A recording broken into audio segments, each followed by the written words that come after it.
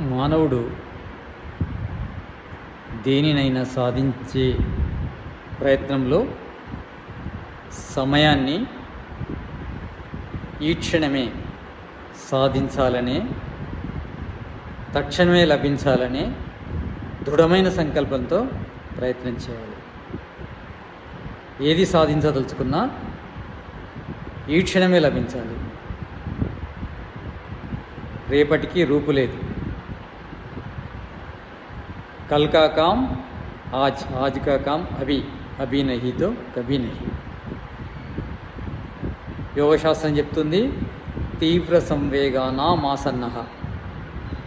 మన మనసు లోపల ఎంత తీవ్రత ఉంటే అంత తొందరగా ఫలితం వస్తుంది. కనుక తీవ్రమైన సంకల్పంతో పనిచేయాలి. ధర్మార్థ